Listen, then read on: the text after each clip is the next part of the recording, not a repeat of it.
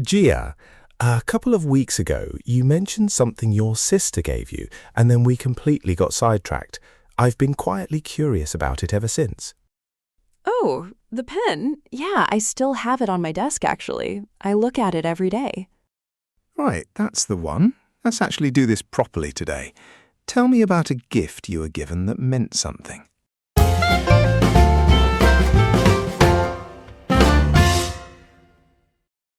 Okay, so start me right at the beginning. What was it, and when did it actually land in your hands? So it's a fountain pen, nothing flashy, kind of a deep green with a gold nib. And the thing is, there was no occasion. It wasn't my birthday, it wasn't a graduation, nothing. My sister just handed it to me one evening, completely out of the blue, and said, "I saw this and thought of you." I think I just stood there a bit confused, honestly. Hold on, quick one. You just said out of the blue. That's so much better than suddenly. It tells me there was no warning at all. We'll come back to that one. Keep going. Yeah, and the timing was kind of perfect, looking back. It was right before I started the whole grind of prepping to study abroad, so everything was a bit stressful and uncertain. And then this small, calm little thing just shows up. I didn't get it at first. Why a pen, though? Of all the things she could have picked, did that make sense to you straight away or only later? Only later, really. At first, I thought it was a bit random, but then I realized she'd put a lot of thought into it. I'd just started journaling most evenings, and she'd obviously noticed, even though I never really talked about it. So it wasn't random at all. She'd actually been paying attention. There, she put a lot of thought into it. I want to flag that. Most people would just say it was a good gift. Yours tells me she cared. Hold that thought. We'll dig in later. Carry on. I'd say, the answer that she'd give me was really surprising. She'd had my initials engraved on the cap. Tiny letters, you'd barely notice them. So it wasn't just a pen off a shelf. It was clearly meant for me specifically. That's when it kind of clicked how deliberate the whole thing was. Oh, that's lovely. So be honest with me. Do you actually use it? Because a lot of nice gifts end up in a drawer, looking pretty and doing nothing. No, I genuinely use it. It's part of my evening now. I write a few lines before bed, and there's something about a proper pen that makes me slow down. It's funny, actually. A lot of people I know are quietly drifting back to writing by hand. I think because we're all a bit tired of screens. So the timing of it feels almost lucky. I get that. And where does it live? Is it tucked away safe or out where you can see it? It's right on my desk, always in the same spot. I'm not usually sentimental about objects. I throw a lot of stuff out. But this one, I really hold on to it. If I ever moved, it'd be one of the first things I'd pack, not an afterthought. That hold on to it you just used, supernatural.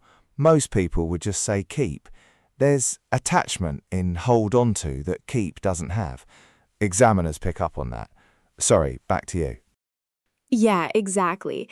It's not just an object to me at this point. It's kind of tied to that whole chapter of my life, you know? Leaving home, getting ready for something big. Oh, and that was a while ago now. Is it still going? Or has it quietly become one of those things you mean to use and don't? No, I still use it to this day. That's the part that surprises me, honestly. Most of my journals fizzle out after a month, but this one stuck. I think it's because the pen makes it feel like a small ritual rather than a chore. Quick flag. To this day. Lovely little linker. It does more than still. It stresses that it's never stopped. We'll unpack it in a minute. What were you saying? I guess what makes it mean so much isn't the pen itself, it's what it says. It's that my sister was paying attention when I didn't think anyone was, and she picked the one thing that would actually fit into my life. That's rare.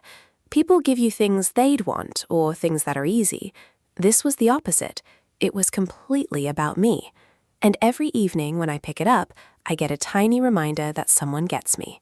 For a small object, it carries a surprising amount. Okay, that's a beautiful answer. Let me push on something. Do you think the best gifts are the unexpected ones, or does that just make a good story after the fact? I'd say unexpected helps, but it's not the main thing. A surprise on its own can still feel hollow. What really matters is whether it's thoughtful, whether the person actually saw you. The surprise just makes the thoughtful part land harder, I think. That's fair. And do you think physical, handmade or handwritten things are starting to mean more again now that so much is digital? Honestly, yeah, I think they are. A text takes 2 seconds and you forget it instantly. But something you can hold, a letter, a pen, a printed photo, it takes effort, and you can feel that effort. I think people are starting to crave that again, precisely because everything else is so frictionless. I love that. You can feel the effort. Okay, Gia, can we zoom in on a few things you said? Because there's genuinely some gold in there. Ha, yeah, go for it. I'm curious which bits you flagged, because half of those just came out without me planning them. All right, nice work there, Gia. Before we wrap up, let's go back and look at a few of the expressions you used. I want you to really lock these in. Yes, please. I'd love to get these down properly. First up, out of the blue. Gia, before I explain, what do you think it actually means? I'd say it's when something happens with no warning at all. You weren't expecting it, there was no lead up, it just appears. That's it exactly. And the key is no warning, not just speed. Something can be slow and still come out of the blue as long as you never saw it coming. Oh, got it. So it's about the surprise of it, not how fast it happened. That's a useful distinction, actually. Right. And you used it beautifully. You said, quote, "My sister just handed it to me one evening, completely out of the blue. No occasion, no setup, perfect fit." Yeah, that one honestly just came out. I wasn't reaching for a fancy phrase. It felt like the natural way to say it. And that's the lift. Most candidates would say, "She suddenly gave me a pen," which is fine, but flat. Out of the blue tells the examiner you can frame an event with a real idiom. So is there anything I should watch out for, or can I use it pretty much anywhere something surprises me? One rule, keep it for things with no warning, not things that just happen fast. She called out of the blue works. The bus stopped out of the blue doesn't. A bus has no element of surprise. Ah, right. So it needs that real sense of nobody seeing it coming, not just something quick. Exactly. One to bank. An old friend messaged me out of the blue last week, and it honestly made my whole day. Say it back. An old friend messaged me out of the blue last week, and it honestly made my whole day. Perfect. That one's yours now. Next, put a lot of thought into it. Gia, in your own words, what's it telling us about the person? I'd say it means they really cared about it. They didn't just grab anything. They considered it properly before deciding. Spot on. And that's the whole value of the phrase. It shifts the focus from the object to the care behind it.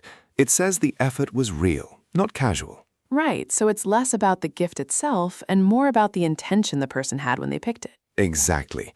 And it fit your story perfectly. You said, quote, "I realized she'd put a lot of thought into it. One phrase, and suddenly the whole gift has meaning behind it." Yeah, that felt like the honest way to put it. The more I looked at the pen, the more deliberate the choice seemed. And here's the band lift. A band 6 answer says it was a good gift. Yours says someone cared enough to consider it. Richer, warmer, same number of words almost. So how do I keep it sounding natural? I don't want it to come out like a phrase I memorized for the test. Always attach it to what the thought went into. Into it, into the design, into the trip. Naming the target keeps it grounded instead of floating as a stock phrase. Got it. So I follow it with the actual thing, rather than just leaving it hanging on its own. Right. Bank this rep. You can tell she put a lot of thought into it. Every detail felt chosen on purpose. Try it. You can tell she put a lot of thought into it. Every detail felt chosen on purpose. Lovely. That's locked in. Number 3, hold on to. Gia, what's the difference between that and just keep, do you think? I think hold on to sounds like you really don't want to lose it. There's some feeling in it, not just having it somewhere. That's exactly it. Keep is neutral. You keep receipts. Hold on to has a grip in it, a sense that letting go would cost you something. It carries attachment. Oh, I like that. So the phrasal verb is doing the emotional work that plain keep just can't really do on its own. Right. And you used it naturally. You said, quote, "I'm not usually sentimental about objects, but this one, I really hold on to it." The contrast makes it land even harder. Yeah, I meant it too. There's not much I'd actually save if I had to pack in a hurry, but that pen would come first.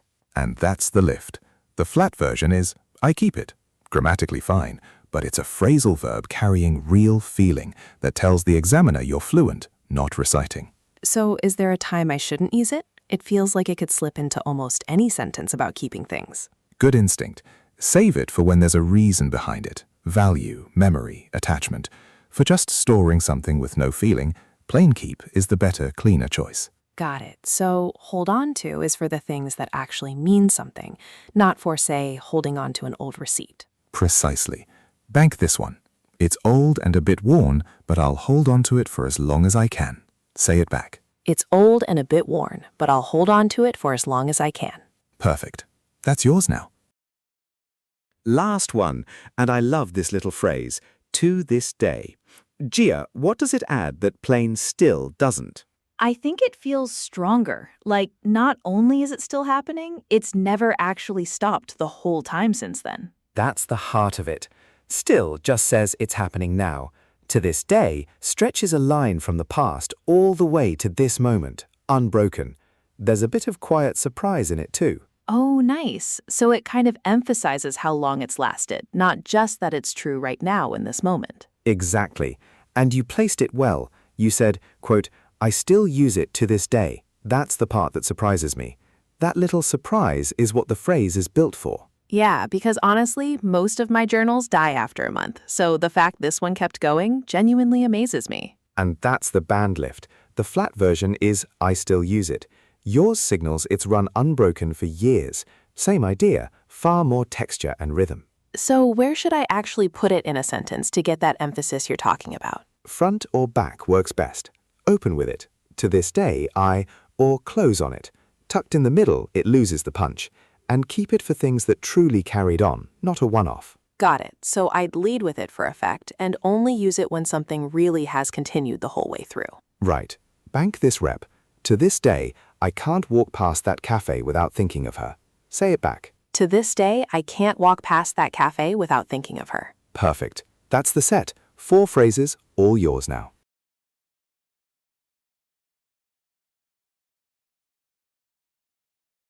I guess what makes it mean so much isn't the pen itself, it's what it says. It's that my sister was paying attention when I didn't think anyone was, and she picked the one thing that would actually fit into my life. That's rare. People give you things they'd want or things that are easy. This was the opposite. It was completely about me. And every evening when I pick it up, I get a tiny reminder that someone gets me. For a small object, it carries a surprising amount.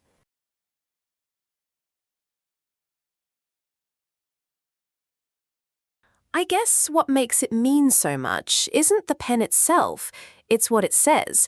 It's that my sister was paying attention when I didn't think anyone was, and she picked the one thing that would actually fit into my life. That's rare. People give you things they'd want or things that are easy. This was the opposite. It was completely about me. And every evening when I pick it up, I get a tiny reminder that someone gets me. For a small object, it carries a surprising amount.